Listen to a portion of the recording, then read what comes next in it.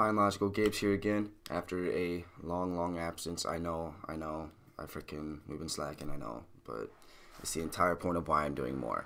But anyway, so the topic today is kind of like know your rights when dealing with law enforcement. I know that a lot of people get really anxious when it comes to dealing with police officers. Not a lot of people like them because of the topic of police brutality, and a lot of people have bad instances.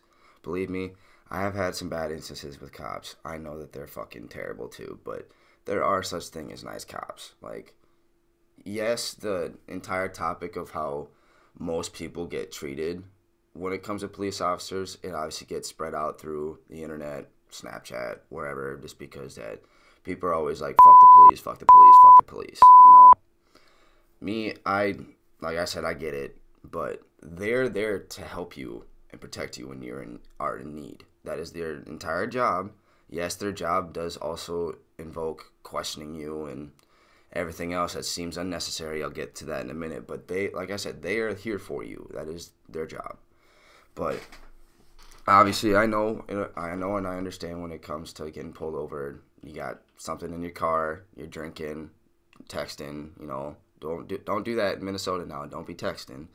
But it's like, you just got to know how to work your way around stuff like this. It's legitly, and that's the entire point about knowing your rights as a citizen.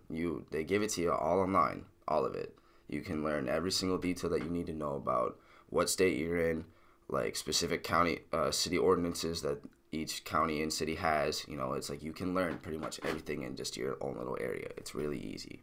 But, so when it comes to specific situations, when you do get pulled over, I have learned this little paragraph, minimal of 35 words, from Pot Brothers at Law. I know a lot of people around my area know who they are. They're based on Instagram, Snapchat, Facebook, you name it, they can find it. Their business is in California, so you can't expect them to be your lawyer around here. But they have been teaching people this little paragraph that's pretty much like excessively giving out your rights. It's like, when you say this, you've pretty much got all your rights written down right there. But how it goes is, why'd you pull me over? I'm not discussing my day. Am I being detained or am I free to go? I invoke the fifth, and then you be quiet. You shut the fuck up. Pretty easy, right? Okay. Well, obviously, the way that it lets itself down is pretty self-explanatory about what it does and why. Why'd you pull me over? Well, they don't need to be knowing where you're going, where you're coming from, or any of that situation, as I may have said before.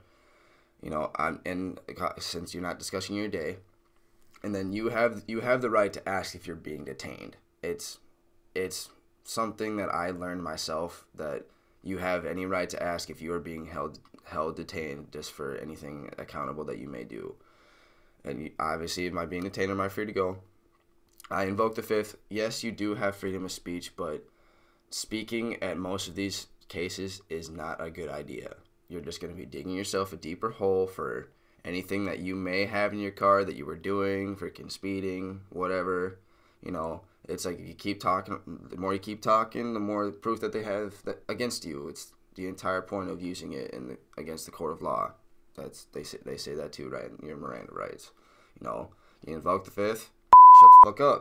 You don't say anything. Like I said, don't be digging yourself a deeper hole. You can get through that. You can get through all that when you go through court, when you're done. And this little paragraph will help you do that too. It helps you, give you a little more breathing room in the courtroom. You know, it's like, this may not work at all instances, but like I said, it's more meant for breathing room. You know, it's like, if it's going to be more of like a justice system, then you have more of a chance if you use that against this, or this against that. Obviously, when you're dealing with cops, don't be aggressive. Don't be all like in their face trying to get trying to get shit done, because it's not going to work out for you. If you're going to be aggressive, they're going to be aggressive. It's the only way that they can really handle things. You know, it's like, they're trained in specific ways that most U.S. citizens are not. They know how to be able to take you down. They know how to be able to question you and know everything else that is going on about you, to be able to learn information about ways that they can put you down even more. It's, you know, if you don't ever watch the instances of how they happen with other people, exactly as how I explained it is exactly how they're gonna do it. They are legitimately trained to do this. And when it comes to the topic of police brutality, I feel that we are very divided when it comes to dealing with the cops and also dealing with everyone else, because when it comes to fake news and fake internet, you don't know of how that police brutality situation could have happened. It could have been way different than what they're even saying on the internet, and that's just because that people have access to say that on the internet just to make it go in a specific way. You know, that's a pretty bad way to freaking view things.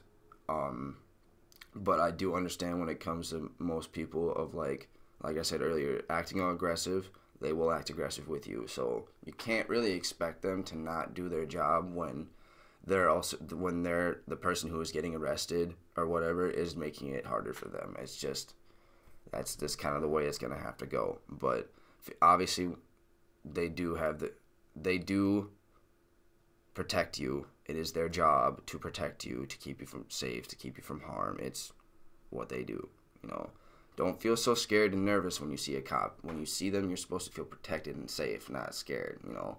When I see a cop jump behind my car, believe me, my heart starts racing like I'm about to have a heart attack. But the thing is that half the time I shouldn't be expecting them to pull me over, even though in a lot of cases I know that, okay, people around my area, Jackson and Wyndham, know that the cops will pull you over for fucking anything.